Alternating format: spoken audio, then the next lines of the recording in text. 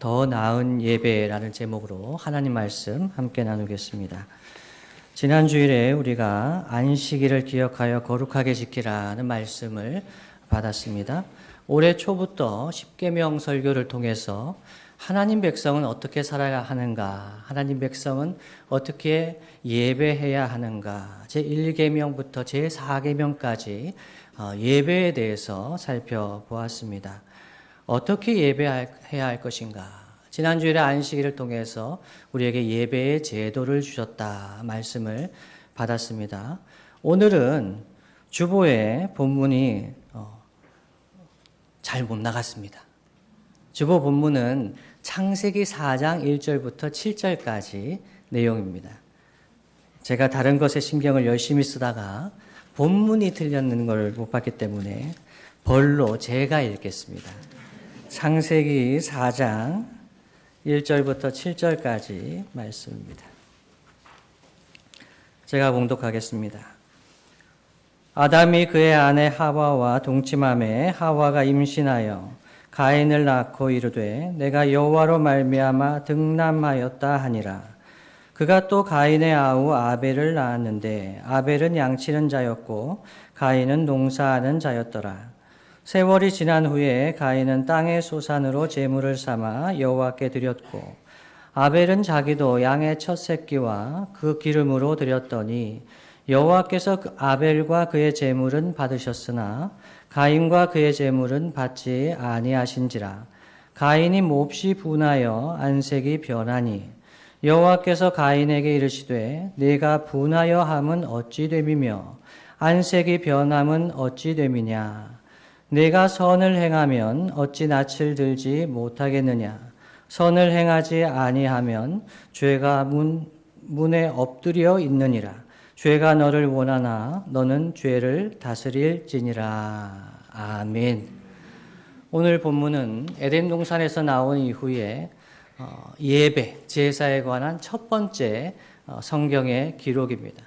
아담과 하와가 두 아들을 낳았죠. 가인과 아벨을 낳았습니다.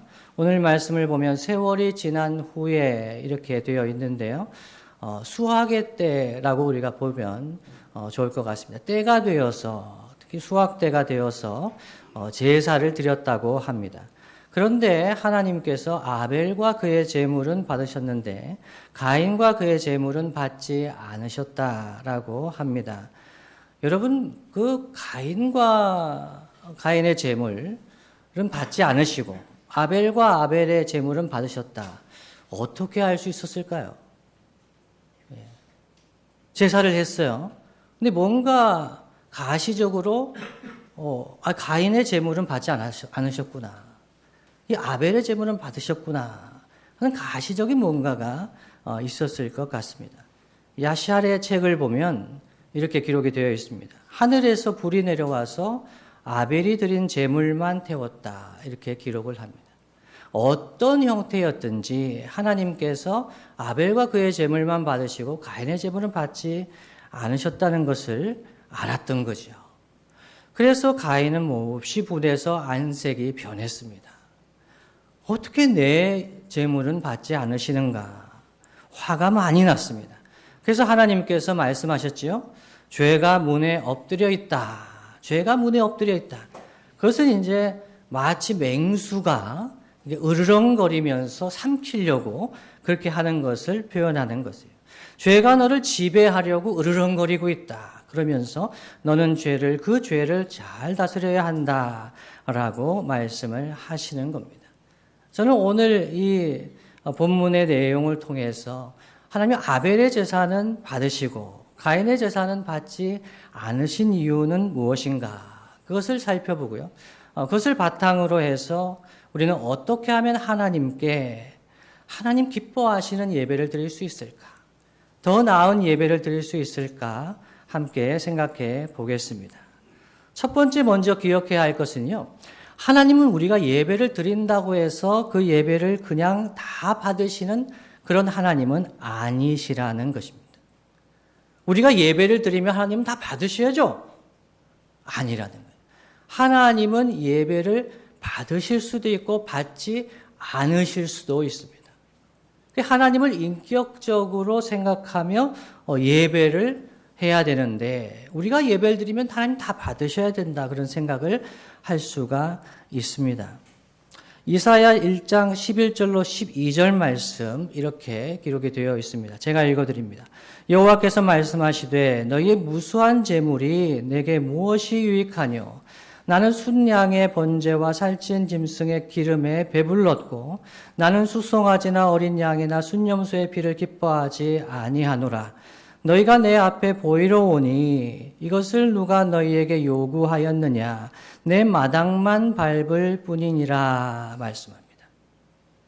하나님께 제물을 가지고 나옵니다. 많은 제물을 가지고 오는데 실제로 그 제물은 제가 십계명 설교를 통해 말씀드렸듯이 하나님께 드리는 것 같지만 레위인과 제사장과 나그네와 가난한 사람들과 나누는 그런 제물이었던 거예요.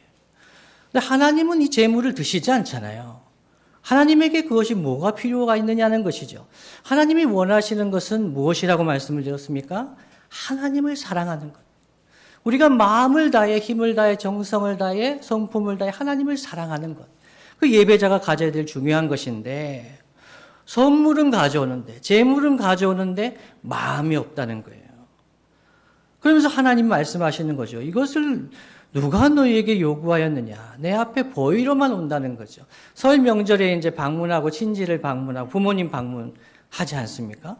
근데 그럴 때 선물은 가져왔는데 마음이 없는 경우가 저는 예전에 있었더랬습니다. 아이고 의무적으로 가서 인사드려야 되니까 가서 그러면 부모님의 마음은 어떨까요?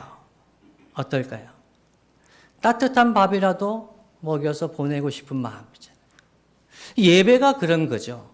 그런데 하나님은 마음이 너무 아프셨던 거예요. 하나님이 예배를 받지 않으시는 경우도 있다. 그런데 여러분 이렇게 생각할 수도 있습니다. 좀 받아주시지요. 재물까지 준비했는데 좀 받아주시지 왜 그러셨을까? 몹시 안색이 변할 정도로 분해서 이렇게 힘들어하는데 왜 하나님은 가인을 괴롭게 하셨는가? 라고 생각한다면 그것은 가인 중심적인 생각입니다. 가인의 입장에서는 그렇게 얘기할 수 있어요. 그런데 하나님의 입장에서 예배는 어떠한가? 여러분 그렇다면 아벨의 제사는 받으시고 가인의 제사는 받지 않으신 이유는 무엇일까요? 예전입니다. 한 40년 전에 제가 설교를 들을 때는 이 재물의 차이에 주목하는 설교가 많았습니다.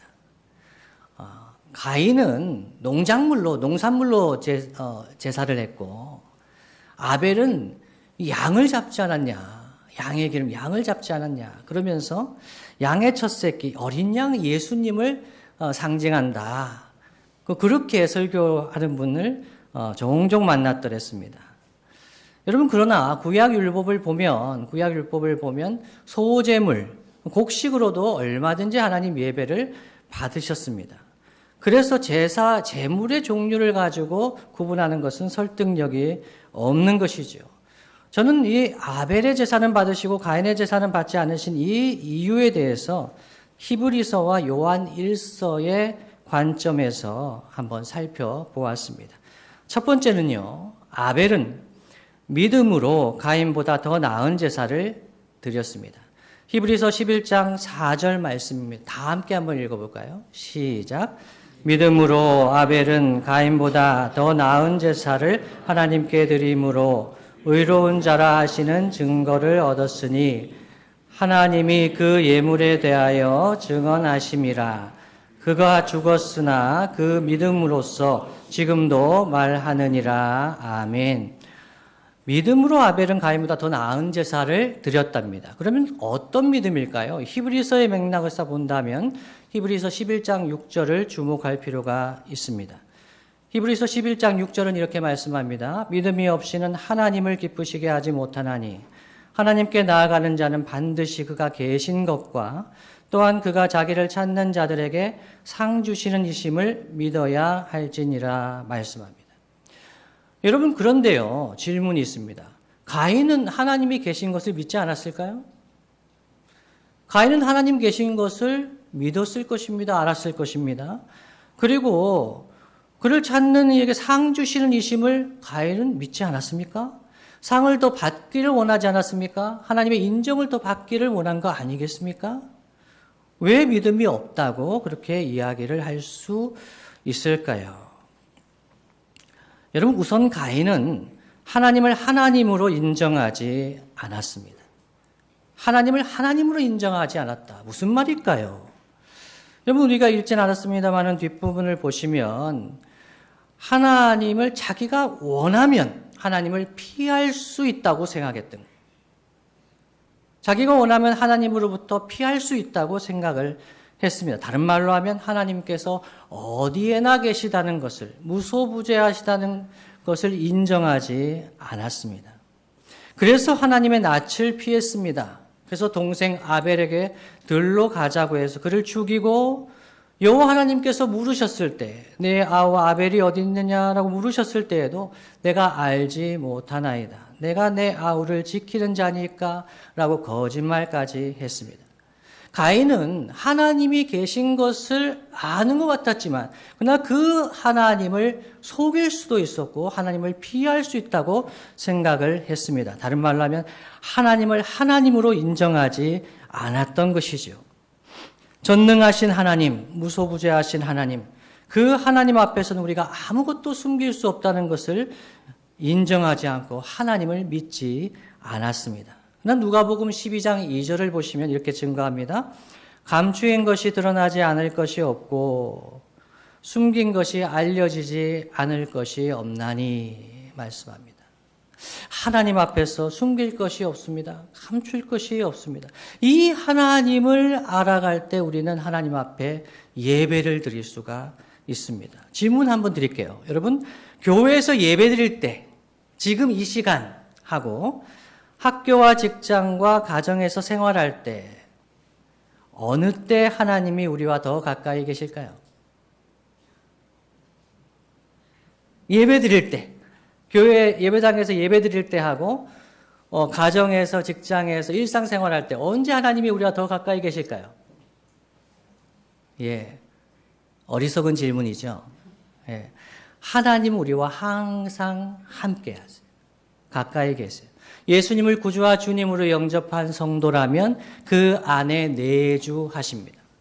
우리가 하나님을 피할 수가 없습니다.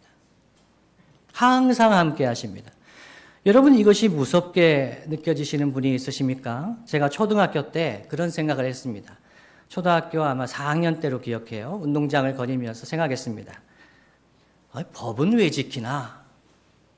그런 생각을 했습니다. 이 법을 왜 지키지? 하나님이 살아계시지 않다고 생각하면, 저는 그때 예수님 믿지 않았어요. 하나님 믿지 않았을 때예요. 하나님이 살아계시다, 창조주 하나님이 계시다, 이걸 생각하지 않으면 법을 지킬 필요가 없겠다는 생각이 들었습니다. 그래서 제 마음속에 들었던 생각이 들키지만 않으면 된다는 생각이 든 거예요. 그렇지, 다른 사람들에게 들키지만 않으면 되고 적당하게 그렇게 법을 어겨도 되는 것이 아니겠느냐 하는 생각이 초등학교 4학년의 생각이었습니다. 그러나 예수님을 믿게 되고 하나님을 알아가게 되면서 하나님 앞에서는 숨길 것이 없다는 것을 알아가는 거죠. 불신자에게는 하나님께서 다 보고 계시다는 것, 하나님을 속일 수 없다는 것이 무서운 것이고 또 인정하고 싶지 않은 것일 수 있습니다. 그러나 하나님을 사랑하는 자에게는 하나님이 항상 우리와 함께 하시다는 것은 무엇입니까? 은혜입니다. 하나님을 사랑하는 자에게는 하나님이 나와 항상 함께 하시다는 것은 은혜예요. 제가 중학교 2학년 때 학교의 내부 비리를 고발했습니다. 체육 시간만 되면 공을 일진들이 독차지하는 거예요. 몇 명이 독차지하면서 보통 학생들은 공을 가지고 놀 수가 없어요. 이것이 계속되면서 제가 가만히 있어서는 안 되겠다. 그래서 제가 학급 일지에, 모든 학생들이 돌아가면서 쓸 수 있는 학급 일지에 제가 그 사실을 썼습니다. 지금 같으면 정말 어리석은 일이죠. 여러분, 그렇게 하지 마십시오. 여기 중학생 있으면 그렇게 하지 마십시오. 제가 하고 나서 너무 힘들었습니다. 적었습니다. 저는 그 일진 애들이 돌이킬 줄 알았습니다. 그런데 갑자기 선생님이 부르셨습니다. 그래서 중원아, 아무리 걔들이 잘못해도 네가 어떻게 공개적으로 학급 일지에 적을 수가 있나? 저를 혼내시더라고요. 걔가 공부를 잘했거든요. 일진인데 공부를 잘했어요. 와, 제가 반으로 돌아왔습니다. 일진애가 와가지고 너 끝나고 남아. 그런 거예요. 제가 운동장에 끌려갔습니다. 끝나고 나서 아무도 없는 운동장. 해가 지기 전에 아무도 없습니다. 일진과 그의 패거리들이 저를 둘러쌌습니다. 그러면서 얘기했습니다. 네가 뭘 잘못했는지 아냐? 까불래? 뭐 이런 식의 얘기를 하는 겁니다. 제가 어떻게 했을까요? 너무 두려웠습니다. 선생님도 날 보호해주지 못하는구나. 그런데요, 갑자기 들었던 생각이 있어요. 하나님 살아계신데, 하나님이 함께 하시는데, 내가 다시 그런 상황이 된다고 해도 그건 걔들이 잘못한 거잖아요. 그래서 그랬어요, 제가. 난 잘못한 거 없다. 난 잘못한 거 없다. 그랬더니 걔들이 저를 넘어뜨렸어요. 그럼 제가 꿇을 줄 알았던 거죠. 다시 일어났어요. 잘못한 거 없다. 때려라. 걔들이 결국은 갔습니다. 저는 얼마나 무서운지 몰라요. 그렇지만 그때 알았어요. 하나님 나와 함께 하신다는 것이 얼마나 나에게 힘을 주는가. 우리가 세상을 살아가지만 하나님 우리와 함께 하시는 것, 내 안에 내주하시는 것, 성령께서 강하게 하시고, 잘못한 게 없잖아요. 잘못한 게 없을 때 하나님 앞에서 당당할 수 있구나. 사람들 앞에서 당당할 수 있구나. 그래서 하나님이 나와 함께 하신다. 우리가 하나님을 숨길 수 없고 하나님 나와 항상 함께 하신다는 것을 아는 예배자는 사람을 두려워하지 않습니다. 이것이 첫 번째입니다. 두 번째는요, 가인은요, 하나님 되심을 인정하지 않으면서 결국 하나님의 주권을 인정하지 않았습니다. 오늘 히브리서 말씀에 하나님은 상 주시는 이심을 믿어야 할지니라 하셨지요. 상 주시는 이심을 믿는다는 말은 다른 말로 하면 벌을 주시는 것도 하나님의 주권에 있다는 겁니다. 하나님이 어떤 사람의 예배는 잘 받으시고 상을 주시는 것 같죠. 근데 때로는 제가 드리는 제물과 예배를 잘 안 받으시는 것 같죠. 그래도 주권은 하나님께 있는 거예요.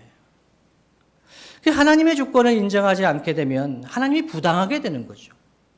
왜 아벨의 제물만 받으시나? 왜 내 제물은 받지 않으시나? 그 주권이 자기에게, 가인에게 있는 거죠. 하나님의 주권을 인정할 때 우리 하나님 앞에 겸손하게 됩니다. 욥기 2장 10절은 이렇게 증거합니다. 욥이 재난을 당했습니다. 고통을 당했습니다. 그때 그 아내마저 하나님을 욕하고 죽으라고 이야기를 했습니다. 그때 2장 10절에 욥이 이렇게 이야기합니다. 그가 이르되 그대의 말이 한 어리석은 여자의 말 같도다. 우리가 하나님께 복을 받았은즉 화도 받지 아니하겠느냐 하고 이 모든 일에 욥이 입술로 범죄하지 아니하니라. 아멘. 하나님의 주권을 인정하고 하나님 되심을 인정할 때 하나님이 상 주시는 이심을 믿는 동시에 하나님이 벌을 주실 수도 있는 거예요. 성도에게는 하나님이 벌을 주실 때 그게 합력하여 선이 됩니다. 하나님의 형상을 이루어 가시는 과정에서 있는 일이죠. 하나님의 주권을 인정해야 합니다. 이것이 첫 번째, 전체적으로 보면 첫 번째입니다. 가인이 하나님과의 관계에서 실패한 내용들이죠. 둘째로 가인의 제사에는 형제 사랑이 없었습니다. 이것이 요한 1서의 관점입니다. 요한 1서 3장 11절 말씀, 12절까지 말씀인데요. 함께 한번 읽어볼까요? 시작. 우리는 서로 사랑할지니 이는 너희가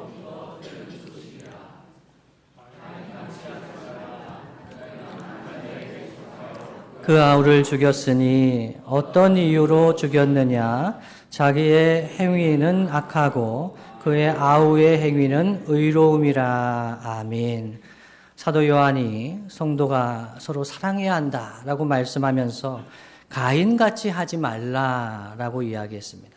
가인은 서로 사랑하지 않았다는 거죠. 그래서 아우를 죽였다. 어떤 이유로 죽였느냐 하면서 자기의 행위는 악하고 라고 했습니다. 자기의 행위는 악하다 할 때 행위는 복수입니다. 자기 행위들이 악하다는 거죠. 그 아우의 행위는 의로움이라 말씀합니다. 그런데 여러분, 동생 아벨을 가인이 죽인 것 외에, 그건 외에 가인의 행위가 악했다고 할 만한 근거가 더 있을까요? 성경에 기록된 바로 본다면 가인이 하나님께서 그 제사와 예배를 받지 않으시고 그 아벨을 죽인 것 외에 그 행위들이 악했다고 할 만한 근거가 있을까요?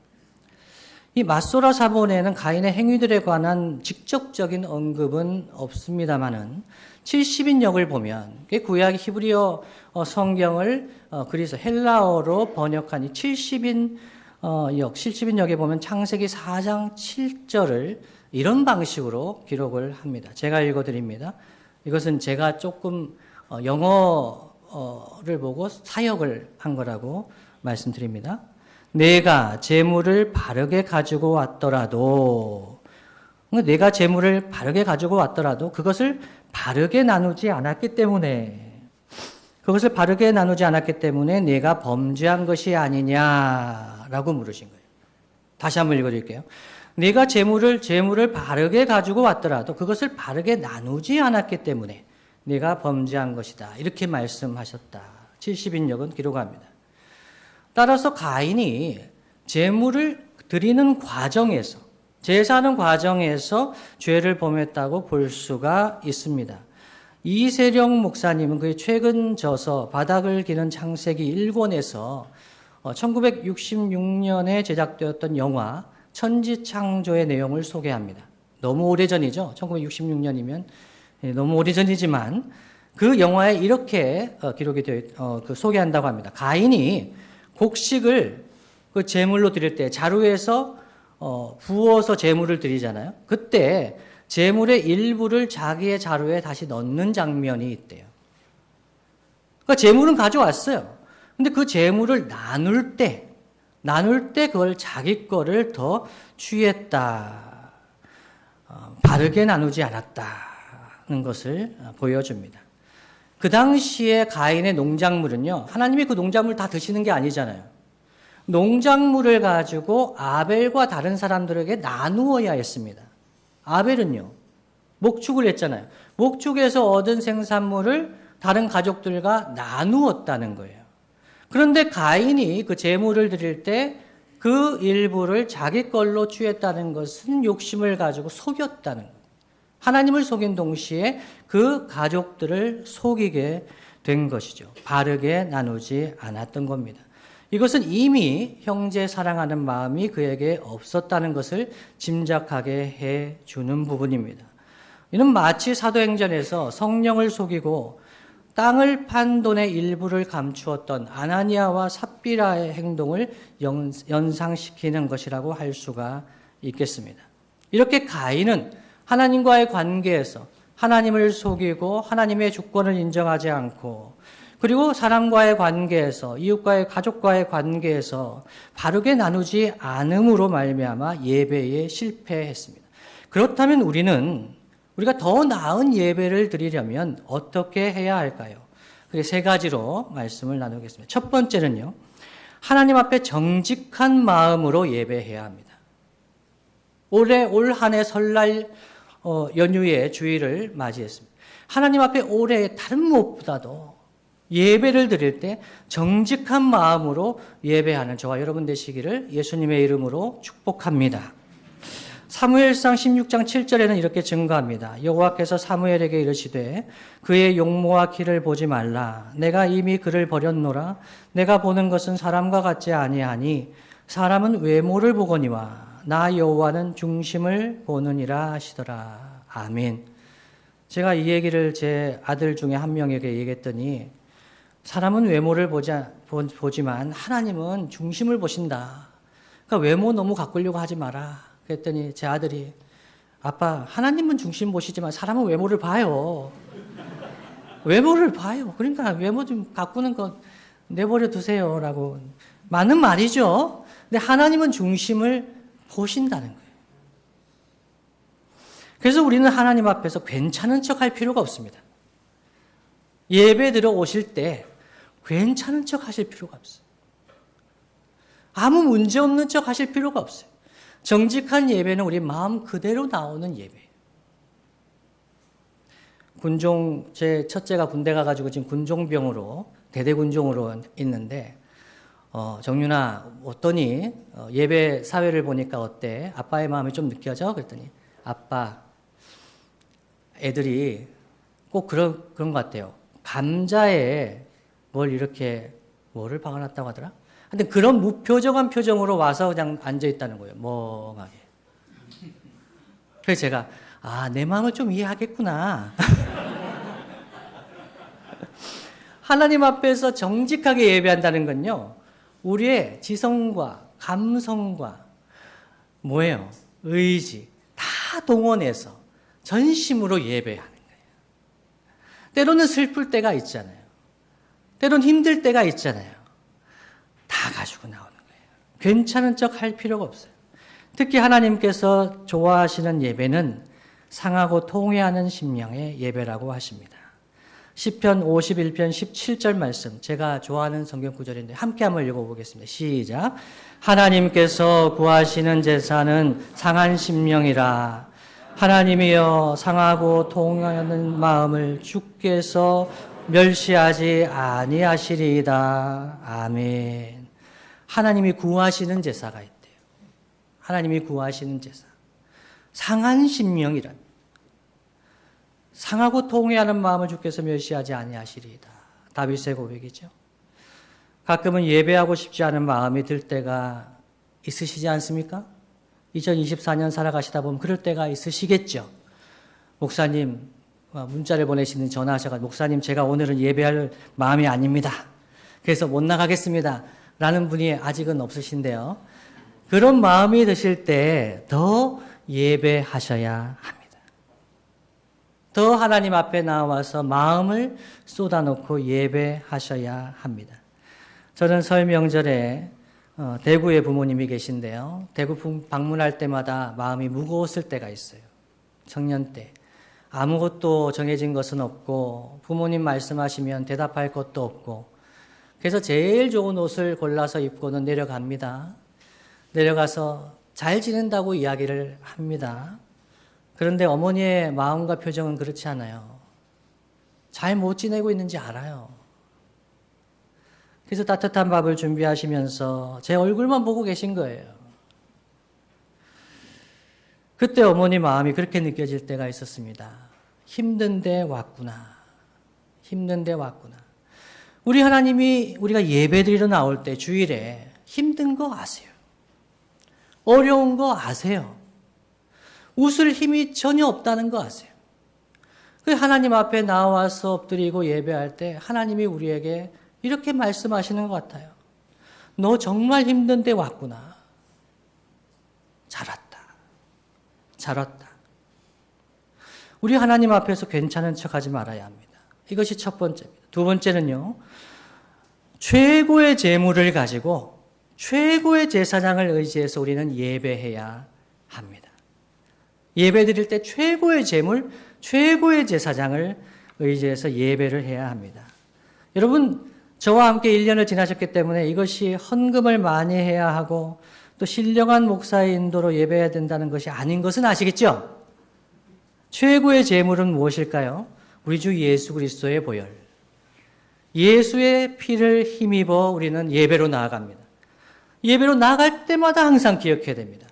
우리는 나의 공로와 나의 의와 나의 재물을 의지해서 나아가는 것이 아니라 우리 주 예수 그리스도의 보배로운 피, 주의 보혈을 의지해서 나아간다는 것, 최고의 재물을 기억해야 합니다. 두 번째는 우리에게 큰 제사장이신 주 예수 그리스도가 계시다는 것을 기억해야 합니다. 히브리서 10장 19절로 22절 이렇게 말씀합니다. 제가 읽어드립니다. 그러므로 형제들아, 우리가 예수의 피를 힘입어 성소에 들어갈 담력을 얻었나니 그 길은 우리를 위하여 휘장 가운데로 열어놓으신 새로운 살 길이요, 휘장은 곧 그의 육체니라. 또 하나님의 집 다스리는 큰 제사장이 계심에 우리가 마음의 뿌림을 받아 악한 양심으로부터 벗어나고 몸은 맑은 물로 씻음을 받았으니 참 마음과 온전한 믿음으로 하나님께 나아가자. 아멘. 우리는 하나님께 나아갈 공로와 자격이 없습니다. 나아갈 때마다 느낍니다. 그때마다 예배에 나아갈 때마다 주님의 보혈을 의지하게 됩니다. 예수의 피를 의지하게 됩니다. 그리고 예수님이 보좌 우편에서 우리의 큰 제사장이 되셔서 우리를 위해 중보하시고 기도하신다는 것을 우리는 항상 잊지 말아야 합니다. 아무리 우리가 부족하고 연약하게 예배 자리에 나왔더라도 우리 예수님은 보좌 우편에서 이렇게 말씀하십니다. 아버지 하나님, 충원이 제가 좀 부족해요. 충원이 제가 좀 약해요. 그래도 충원이를 불쌍히 여겨주세요. 우리를 위해서 보좌 우편에서 말할 수 없는 단식으로 중보하시는 우리 큰 제사장 예수님을 기억해야 합니다. 최고의 제물과 최고의 제사장을 잊지 말고 의지하며 예배해야 합니다. 이것이 두 번째입니다. 마지막 세 번째는요. 우리가 예배, 더 나은 예배를 드리기 위해서는 형제 자매들과의 관계를 살피며 예배해야 합니다. 다시 한번 말씀드립니다. 더 나은 예배, 더 잘 드리는 예배는 형제 자매들과 가족과의 관계를 살피며 예배하는 예배입니다. 마태복음 5장 23절 24절 말씀, 주님 이렇게 말씀하시죠. 다 함께 한번 읽겠습니다. 시작. 그러므로 예물을 제단에 드리려다 거기서 내 형제에게 원망 들을 만한 일이 있는 것이 생각나거든 예물을 제단 앞에 두고 먼저 가서 형제와 화목하고 그 후에 와서 예물을 드리라. 아멘. 우리의 예배와 두레교의 예배가 더 나은 예배가 되기 위해서는 성도들을 돌아보고 가족을 돌아보고 형제 자매들을 돌아보면서 원망 들을 만한 일이 있는 줄로 생각나거든 주중에 가서 또 연락도 하면서 그 관계를 위해서 기도도 하고 함께 회복하면서 이 세상 살아가는 동안에 완전한 회복이 어렵더라도 그래도 우리는 위에서 기도하면서 예배로 나아가야 합니다. 그럴 때 하나님 받으심직한 더 나은 예배를 드릴 수가 있는 것이죠. 여러분 기억하시는 분들이 있으시지요. 수련회 때나 부흥회 때 하나님께서 은혜 주시면 성도들이 어떻게 보입니까? 수련회 때나 부흥회 때 하나님 은혜를 많이 주셨어요.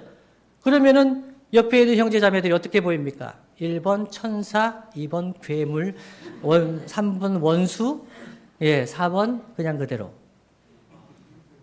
그래요? 청년들도 그래요? 하나님이 은혜 주시면 수련회 때나 부흥회 때 예배 잘 드리고 찬송에 하나님 임재 가운데 예배하고 나면은 옆에 있는 형제 자매들이 천사같이 보여요. 하나님의 사람으로 보여요. 그게 제대로 된 거죠? 그 눈이 제대로 된 거죠. 왜냐하면 그 사람들은 하나님의 존귀한 사람들이거든요. 우리의 눈이 회복이 되는 거예요. 하나님 앞에서 예배를 잘 드리면 우리 눈이 회복이 되어 갑니다. 말씀을 마무리하겠습니다. 주님이 사랑하시는 성도 여러분, 우리의 예배가 좀 더 나아지려면 어떻게 해야 할까요? 예배당이 달라지면 좋겠습니까? 의자를 극장식 의자로 바꾸고 강단을 목이 아프시죠? 여러분이 올려다 보셔야 되잖아요. 불편하시잖아요.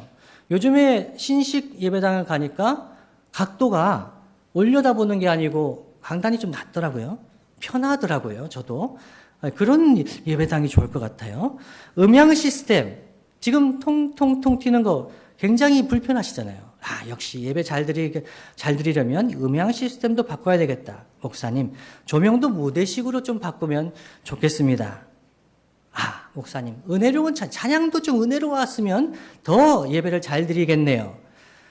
그 중에 무엇보다도 은혜롭고 짧은 설교가 중요할 것 같습니다. 라고 얘기할 수도 있겠죠. 예배를 더 잘 드리려면 어떻게 해야 될까요? 여러분, 좋은 예배는요, 내게 기쁨과 만족이 되는 예배가 아닙니다. 이건 상식인데도 우리는 잊고 지낼 때가 많습니다. 좋은 예배는 나에게 기쁨이 되고 나에게 만족이 되는 예배가 아니지 않습니까? 십계명 설교를 통해서 우리가 듣지 않았습니까? 예배의 대상은 하나님입니다. 우리가 하나님께 예배를 하고 있는 거죠. 하나님이 받으심직한 예배를 드려야 되는 거예요. 하나님을 기쁘시게 하는 예배가 제일 좋은 예배입니다. 그런데 우리는 예배가 좋아지기를 바라면서 우리에게도 만족이 되고 우리가 더 편해지고 좀 더 내 감정이 은혜스러운 그런 반응이 일어나게 하는 그런 생각을 하면서 좋은 예배를 생각한다면 우리는 착각입니다. 하루속히 돌아서야 합니다. 내게 기쁨이 되었다고 예배를 드리고 나서 내가 좀 만족을 했다고 하나님께서 예배를 받았다고 생각하는 것은 심각한 착각입니다. 성도 여러분, 설날 연휴를 지나고 있습니다. 예배에 오신 것만 해도 대단합니다. 작년 설날 예배 때는 많이 오시지 않았어요. 그래서 제가 오늘도 많이 오시지 않겠구나 생각했습니다. 웬걸요? 좀 더 오셨네요. 예. 오신 것만 해도 대단하시죠. 그런데 여러분, 올 한 해 저한테는 욕심이 있습니다. 오 목사님 욕심을 버리라고 하셨네. 저한테 욕심이 하나 있는데요. 우리 두레교회가 예배 잘 드리는 교회가 되기를 간절히 바랍니다. 아멘입니까? 더 나은 예배를 드리기 위해서 사모하는 심령으로 열심을 내는 교회가 되기를 간절히 바랍니다. 이를 위해서는 예배가 새로워지기 위해서는 가인처럼 하지 말아야 합니다. 가인처럼 하지 말아야 합니다. 하나님 안 계신 것처럼, 이곳에는 하나님 계시는데 학교에는 안 계신 것처럼, 직장에는 안 계신 것처럼, 가정에는 안 계신 것처럼 살아가면 안 됩니다. 하나님을 속이면 안 됩니다. 가인처럼 재물을 나누어야 하는데 내게 주신 것이 나만을 위해서 주신 것이 아니라 이웃과 가정과 공동체와 나누라고 주신 것인데 나 혼자 그것을 취하는 그런 삶을 살아가면 아니 되겠습니다. 가인처럼 하지 아니하고 하나님을 더 사랑하고 잘 믿고 예배하며 이웃을 사랑하며 예배하는 저와 여러분 되시기를 예수님의 이름으로 축복합니다.